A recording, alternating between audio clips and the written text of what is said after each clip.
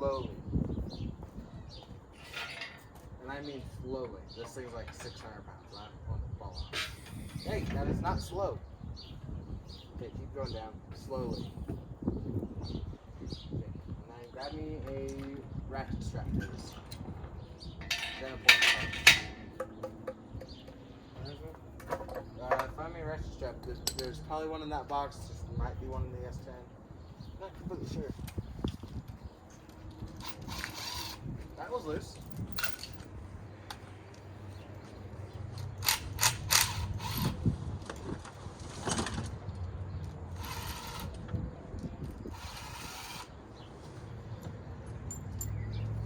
Okay, and this side.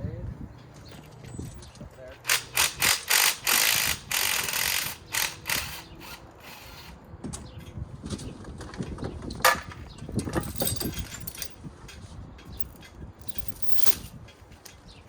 What else am I pulling off? Those big bolts are coming off.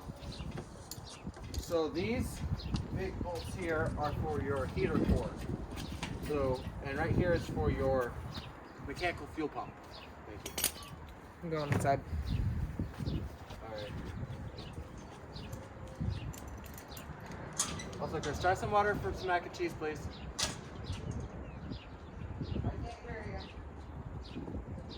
Okay, so here and here are what you would have for your heater core.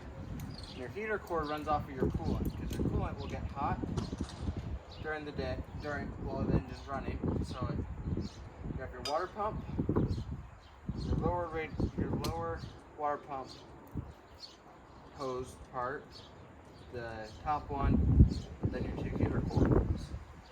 And those supply coolant to your heater core, and then when you turn your heater on, then you get warm. What else is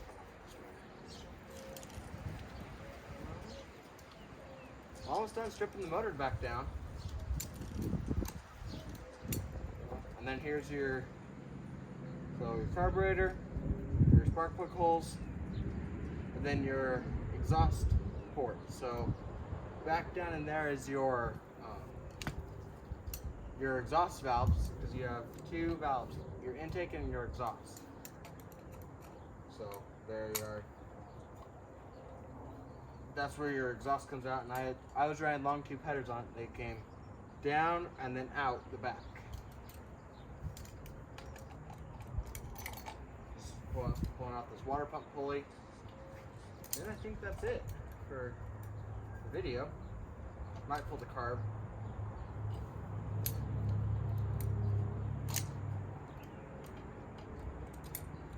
Might stick it on my other project.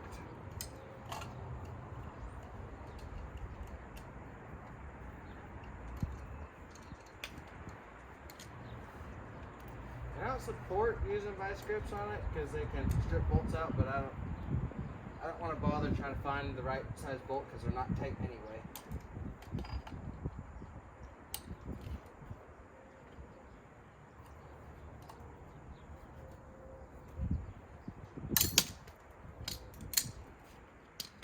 So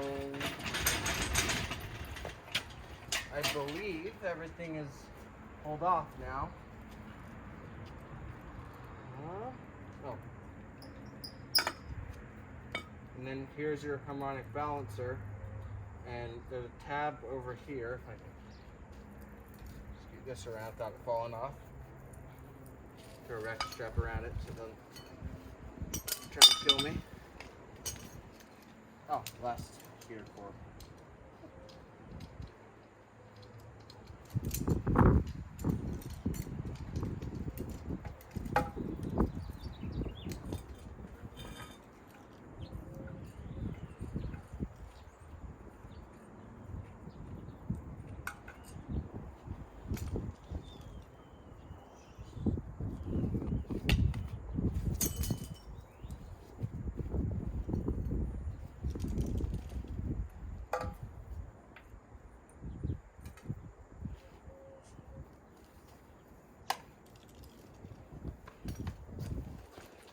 Throw this strap around so you don't get killed by this thing, or squished, I should say, because that would kind of hurt.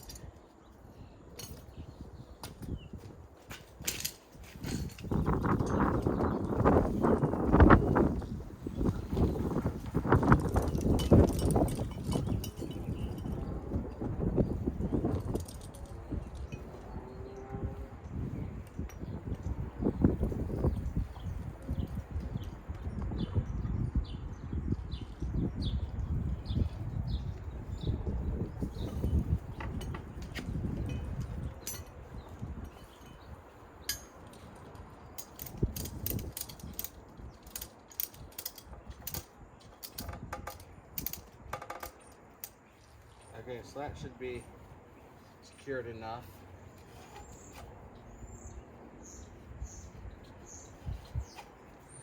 So over here, right here are your timing tabs. And if I can get this to turn over enough, possibly.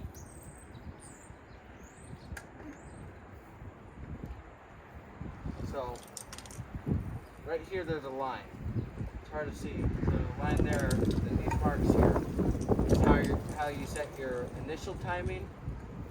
And then, I don't know the other term, but I know you have your initial timing, and then there's another timing that you set while the engine's under power. Then you have your dipstick, drain plug, oil filter. Then on the back of the motor here is where you have your two dowel pins here and here, and then these are freeze plugs. So because you have coolant running through the block to keep it cooled off, and if for whatever reason you have water in there and it freezes, these will crack, and they're all along the block. And if these can break, these are meant to freeze and crack and break, so you don't break your iron block, because then that's not so fun. Oh, you pulled that one. Then you have your manifold vacuum hose, and then your carburetor vacuum hose. This little hose is for your automatic choke. So when the engine's cold, that will close the flap up here, create less air, so it will run richer for in the mornings for when it's cold.